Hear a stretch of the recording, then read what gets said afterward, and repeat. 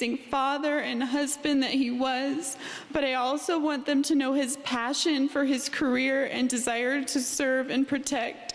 As soon as he was sworn in, his blood turned blue. Loved his wife, loved his daughters, and loved his job. Today we honor a Douglas County deputy who gave his life protecting and serving the lives of others. She arrived at DIA security like anyone else, but left in handcuffs. We're getting a look at the moment a gun was found in the purse of a state lawmaker. And Colorado Republican lawmakers are just one floor from the governor's office, a mere 1 minute, 17-second walk. So we look at why they have to use the same law we do to get answers to their budget questions. Next. This time last week, you didn't know Deputy Zack Parrish. Today, we all take a moment to grieve for his family and remember a deputy who left life as a banker to defend ours and in turn gave his.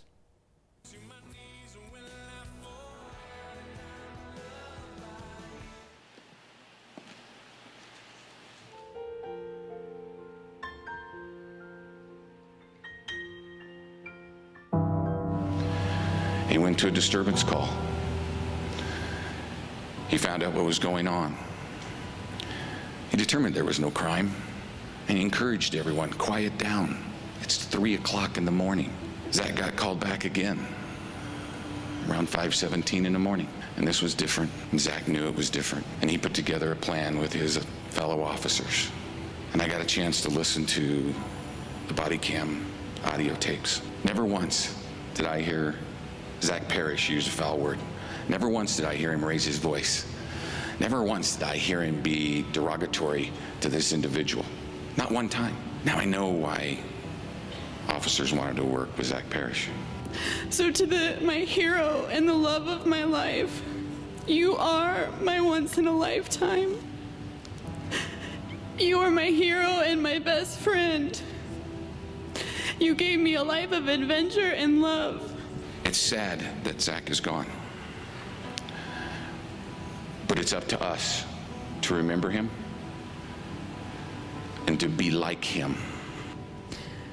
So save a seat in heaven for me and meet me at the gates when the Lord calls me home. I can't wait to be held by you again. All my love forever and always.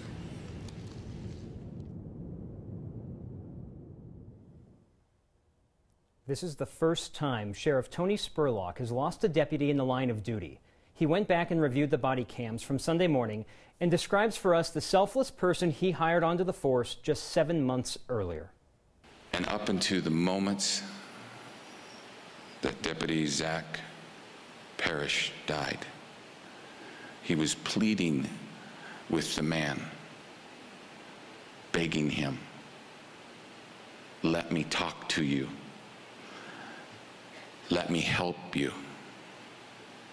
Please. And Zack wouldn't have had it any other way. I know that by just listening to the audio tape.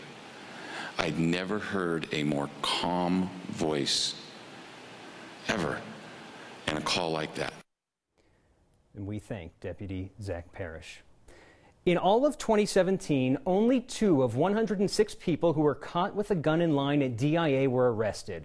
One of them is a former TSA worker, the other State Representative Lori Sain. And through an open records request with DIA, we see what Denver police tell us happens to everyone in the same situation. Surveillance video of the security area at DIA shows Republican State Representative Lori Sain doing what everyone else does in the security area of DIA, waiting in line. It's here where we can see the red light of the X-ray scanner going off. Sain is still waiting for her turn to go through the body scanner. Another angle shows a police officer approach the X-ray machine and remove a bag. Sain's bag. Once she makes it through the body scanner, she goes to get her bag but is met by a Denver police officer. There's no audio, so we don't know what's being said or what he's writing down, but the investigation showed she told officers she totally forgot about the gun. A second officer then has Sain put her hands behind her back, cuffs her, and walks her to one of the airport's holding cells. We asked Denver police if this happens to anyone with a gun in their bag at the screening area, even if they're not taken to jail. In an email, a spokesman underlined the word all, saying this is standard. The person is only taken to jail if officers can't get enough information from the passenger. After she was cuffed, Sain asked for an attorney. The questioning stopped and she was taken to jail. A special prosecutor dropped the charges 1 week later. Lawmakers, including Sane, go back to work on Wednesday. Normally, it would be the first time they're together since May, but they saw each other during a pesky special session in October. This new legislative session is starting off with Republican lawmakers at odds with the governor. That's nothing new. What is their use of one of our tactics to try to get information from the governor. This is a floor plan of the state capitol. It looks like the Marauders map from Harry Potter, but our story focuses not on Neville Longbottom, but State Representative Patrick Neville. His office is here in the northeast corner of the second floor. The governor's office is here on the southwest side of the first floor. I don't know how many steps, but I would say probably less than 2-minute walk. When we walked the 140 steps, it actually only took 1 minute 17 seconds. When the office is that close, you wouldn't think it's that hard to get or share information. It's silly and it's sad. Neville, the top Republican in the House, just sent the governor this open records request, similar to what we do for information. At the end of the session in May, lawmakers passed Senate Bill 267. It let CDOT start financing almost $2 billion in road projects. It also did something that we asked the governor's budget chief about in November. The governor was supposed to get budget requests from each department with 2% less spending from this current budget year. We conducted that exercise, but the statute also acknowledged the governor proposes the budget. When the governor presented his budget at the end of the year, it did not include those requests with 2% less spending. And House Republicans want to see what those requests look like. So they sent the governor a letter last month asking for them. We wanted to know what the departments would do if they had to actually have 2% less money. On January 3rd, I spoke to the governor's office, and the answer we essentially got was, we did it, but we're not going to show it to you. A staffer with the governor's office told Next, the budgets given to the governor are work product and don't become official and public until they end up in the governor's actual budget. Well, we have now also filed open records requests for the same information. Senate Bill 267 is the reason lawmakers had that special session in October, because it unintentionally took pot tax money away from places like RTD and the Denver Zoo. Lawmakers couldn't agree on a fix. Well, a source in the governor's office told me, and I'm paraphrasing, if Republicans think the bill was supposed to give them access to these budgets, remember that we think the bill wasn't supposed to take money from RTD and the zoo.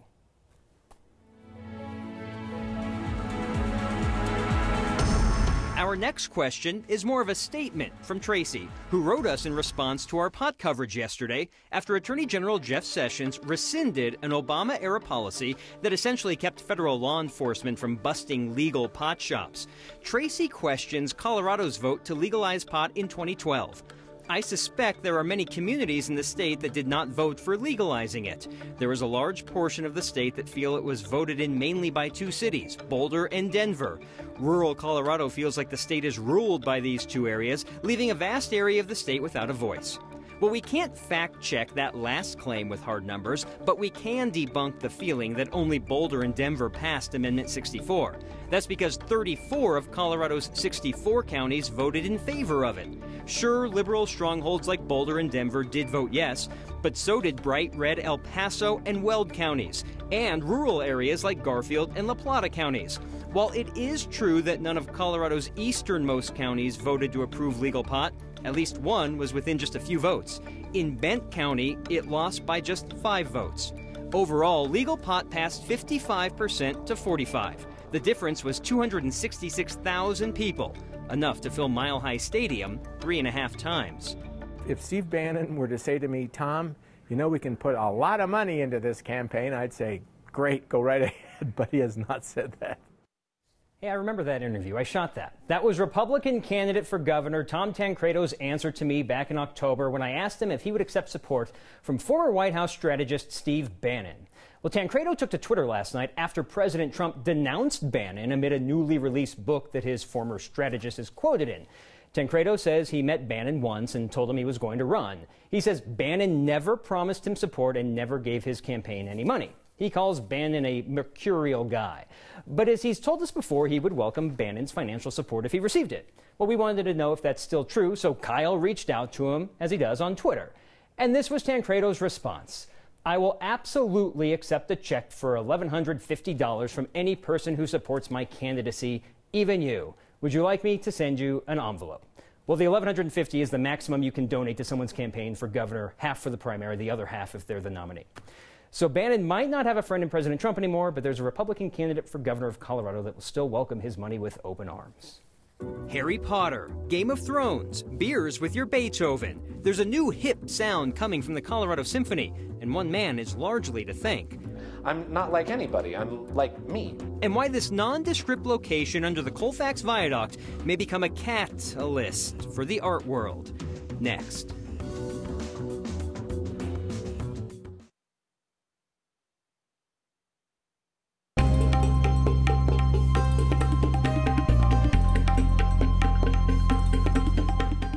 Happy Friday. You made it. The weekend is almost here, and it looks pretty good. Across downtown Denver tonight, clear skies. Temperatures will be cooling off, but shouldn't be all that bad. In fact, we'll be down to about 28. We're looking at partly cloudy skies. The wind's kicking up just a bit up in the foothills that you can see as we go throughout this evening. Really not a lot going on. This takes us to 11 o'clock. So far, so good. Tomorrow morning, we'll wake up to a bit of cloud cover across the metro area, but it's going to be in the afternoon that we start to see those big changes arrive. We're talking about our next storm system coming in from the west, this one delivering some much needed snowfall to the mountains. We do have a few advisories out there, but this is around 4 or 5 o'clock. So if you're traveling I-70, just a heads up, it could be coming down pretty hard at times, blowing and drifting snow also in the cards for us. But the storm is going to be a fast mover as it looks to push out by about midday on Sunday, delivering a good amount of snow up in the high country. The advisories will continue until about lunchtime on Sunday, 4 to 8 inches toward the San Juans. They desperately need the snow. And then across the flat tops, the park, the Elkhead Mountains, about 5 to 10 inches for folks out there. Great news for the ski slope, skiers and snowboarders looking to get some fresh turns in there. It's going to be mild, though, for tomorrow. About 58 degrees, maybe an isolated sprinkle, a quick flurry here for the metro area late Saturday night into early Sunday morning, but don't count on any real accumulation. Just a nice mild day with a cool off coming our way on Sunday, courtesy of that storm. We're back to the 60s Monday and Tuesday, with our next system arriving Wednesday into Thursday. Once again, Marshall, probably bringing us a little bit of rain, a little bit of snowfall. We'll take what we can get. Snowing in the southeast, why not raining here? Thanks, Danielle. Well, if you drive down Spear near downtown, his face is hard to miss. It's right there on a giant poster outside the convention center. Brett Mitchell is in his first full season as the music director of the Colorado Symphony. His mission, to get a new generation interested in orchestral music. So we sent him Steve Steger. Wait, you're that guy from the poster. I am that guy from the poster. When I'm hanging out at restaurants or going to the grocery store or whatever it is, and people engage with me and recognize me, it's great. And it's actually kind of the whole point of why I'm here, is not just to engage like with the community as a whole, but to engage with people one-on-one, because that was how the beginning of my musical journey started. I get considered as a classical musician, and that's a very kind of, buttoned up kind of field to be in.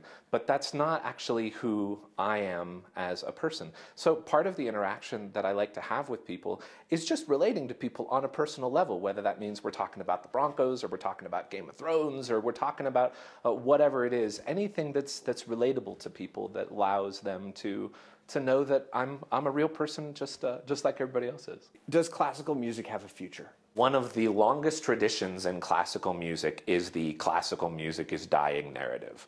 I don't think we'd all be sitting here in this building today. We wouldn't have, we just had our New Year's Eve concert a few days ago, and it was sold out again. So when people say, oh my gosh, it's classical music is dying, what's going to happen? Are you concerned for the history? I mean, are you out of your mind?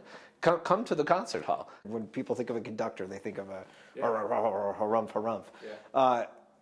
It has that reputation. How do you redefine that? One of the reasons that I was as attracted to the Colorado Symphony as I was is that they have made a really concerted effort to lower the average age of our audience member, and we have by hiring a 38-year-old music director.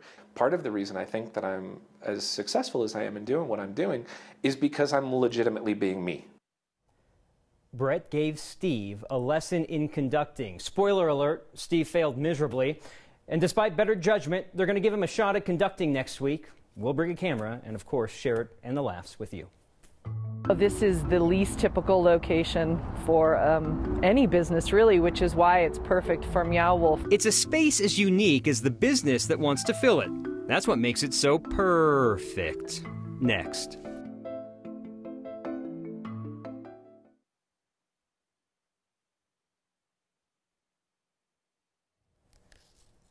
Meow Wolf. If you haven't heard of it before, you're going to hear about it right meow. It's an exhibit in Santa Fe, but the group announced there will also be one meow in Denver at an unusual location, south of Elitch's near Colfax and I-25. It's a unique space in between two viaducts, which may sound like a catastrophe, but Meow Wolf saw potential. For more about the announcement, we meow look through the lens of 9 News photojournalist Corky Scholl. We are out here in the middle of this viaduct. It's kind of a really funky, interesting site. It's pretty industrial, it's an odd shape. Here's a piece of property that most projects wouldn't be able to find a really good use for. This is the least typical location for any business, really, which is why it's perfect for Meow Wolf. The name Meow Wolf is actually 2 words pulled out of a hat. Describe Meow Wolf. People definitely don't fully understand it. I've had people describe it as an adult play place. In the business of manifesting into reality unlikely things. It's perfect for kids. We want to create the most amazing experiences that people have ever seen. It's definitely unique. And you can even look at pictures and videos of it, but it really doesn't capture the feeling of being there. In the end, it is a giant art project. So yeah, you have to just experience it. The location of us being almost like the troll under the bridge does fit our company identity a little bit. The new building is going to be 70 feet, so it's actually going to come up over the viaducts. You'll be able to see it from about a mile in all different directions. Actually, one of the reasons we really liked this site was that it had kind of minimal negative impact on neighborhoods. I'm excited. It's going to be the catalyst that hopefully will spark a change in the art community and will inspire artists to create amazing things outside of Meow Wolf. The plan is to break ground on the exhibit, not right meow, but later this year. We're told it should be open by 2020. All right, enough of the meows. May I make a recommendation? This is not ours, but where we usually point you to something else that's pretty cool to see. Check out this blog from Denver's Chief Sustainability Officer. He's been keeping a daily record of how he gets to work every day for years. In 2017, his stats are pretty impressive. Now, he only has a 3.5-minute commute. 3.5-mile commute. He drove alone to work 60 times last year, which was about 1 in every 4 commutes. The rest of the time, he carpooled, rode his bike, or used public transit. He also walked to work once and jogged another time. It puts commuting into perspective, and it's a good example of what people can actually do to be more sustainable. There's a link to this article on the next section of 9news.com. And it's been a tough week here in Colorado, so we want to end your Friday with some happy news. We introduced you to Mackenzie the other day. She keeps her spirits up between cancer treatments by hula hoop dancing around her hospital room. 2, 1. All right. Happy birthday to you. This was Mackenzie yesterday when she received a stem cell transplant. The nurses at UC Health sang her happy birthday for Cell Birthday. Mackenzie told us she's feeling great today and, of course, is up and hula hooping. The most Colorado thing we saw was a responsible way to say goodbye to the holidays. Next.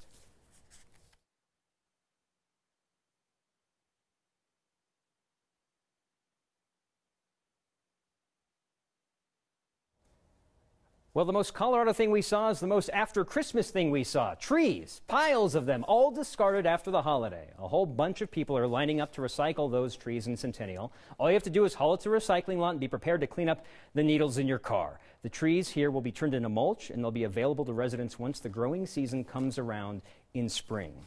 For feedback tonight, it can be summed up in one word: brave. Thanks to Troy, Lisa, and Jan for using brave as the term to call Deputy Parrish's wife, Gracie, for getting in front of everyone and reading the letter to her husband. It'll stick with us until next time.